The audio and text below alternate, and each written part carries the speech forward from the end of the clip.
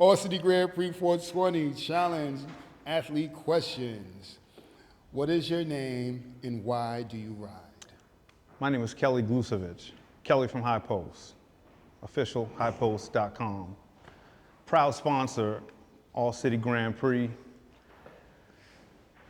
I be riding, sliding, and never subsiding, even at this age. Why do I like to ride? Why do I ride? It's my happy place.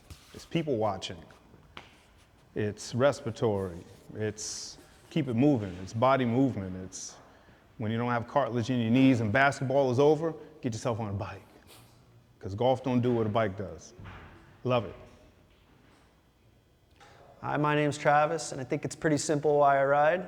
It's fun. It's a great way to meet a lot of new friends and just see a lot of new things. My name is Manuel Barra, and I ride. I've actually been thinking about that. Why do I ride? You know? So I guess I'm trying to find purpose in cycling, and I guess cycling is the purpose, for me at least. Word. Just to ride and get more people into it, you know, get Hispanic males basically. If I can find some like Hispanic females to get on bikes, that's cool too. It's a little harder, but. So why did you register for the challenge? I registered for the challenge because I'm foolish. Not afraid of riding a little hundo. Let's get a Century. But I've never raced one. Never really put the speed on it. So that'll be different. But if I'm not leaving my comfort zone, then I'm sitting around stagnating and dying early. I registered for the 420 challenge because I've knocked out a few fixed centuries, but I've never gotten to do a race. And sometimes with centuries, I don't like when there's a long stop and I lose my groove. So I really wanted to challenge myself since I'm not running as much this year and just push through this century as fast as I can and see what that looks like.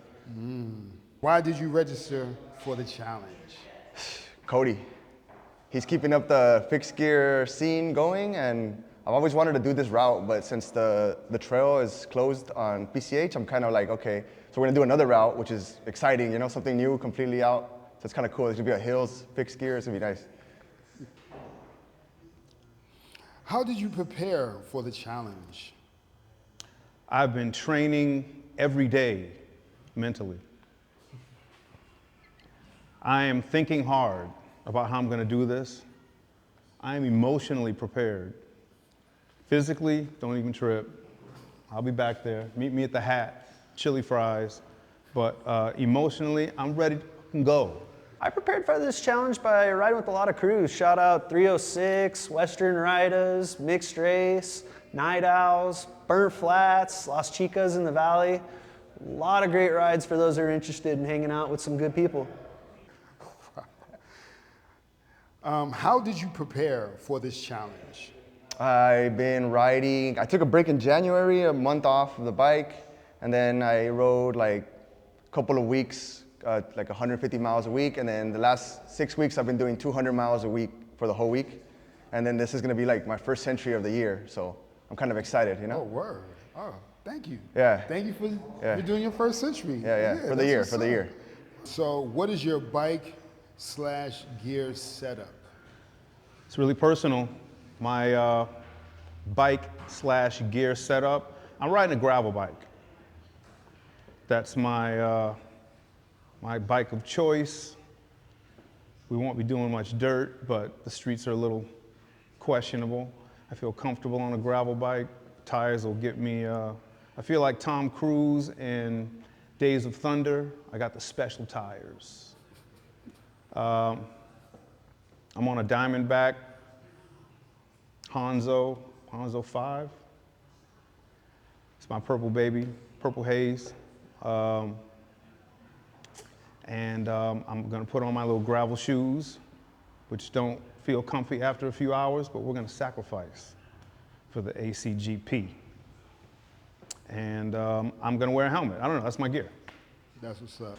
All right, we're working with the Bianchi Super Pista 2015 Anniversary Edition. We've got the head jet set track wheel set.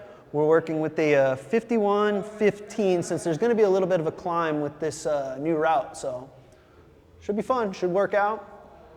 All right, so what is your bike/gear setup? I have a bike at home, I didn't bring it, but it's a fixed gear Mach 1, it's a one-off. It has 2 water bottle cages, so I'm gonna have water on the bike, which is like completely gonna be a game changer because most people are not gonna have, are gonna have one, if one. And then my ratio is probably gonna be like a 48-15, but I'll have my 15 in case I need to switch it in a hill or something. And some tubes and food. Basically, a bike race for like 4 hours, it's gonna be like around 4 or 5 hours. It's basically an eating contest. So if you forget to eat, you're gonna crack. What do you expect to happen on this challenge? What do I expect to happen on this challenge? Fortunately, I don't get into expectations. I've learned expectations are the road to letdown. So I'm gonna take it as it comes. You know, if it starts hailing, we riding. I think we're gonna have some good weather. I know we will be with some good people. So what else do I need? You know, except confidence in my tires and tubes. And what do you expect to happen on this challenge? With long rides or any endurance challenge, you got to expect the unexpected. So there's going to be some rough parts of the road in Santa Susana. There's going to be traffic. There's going to be cars.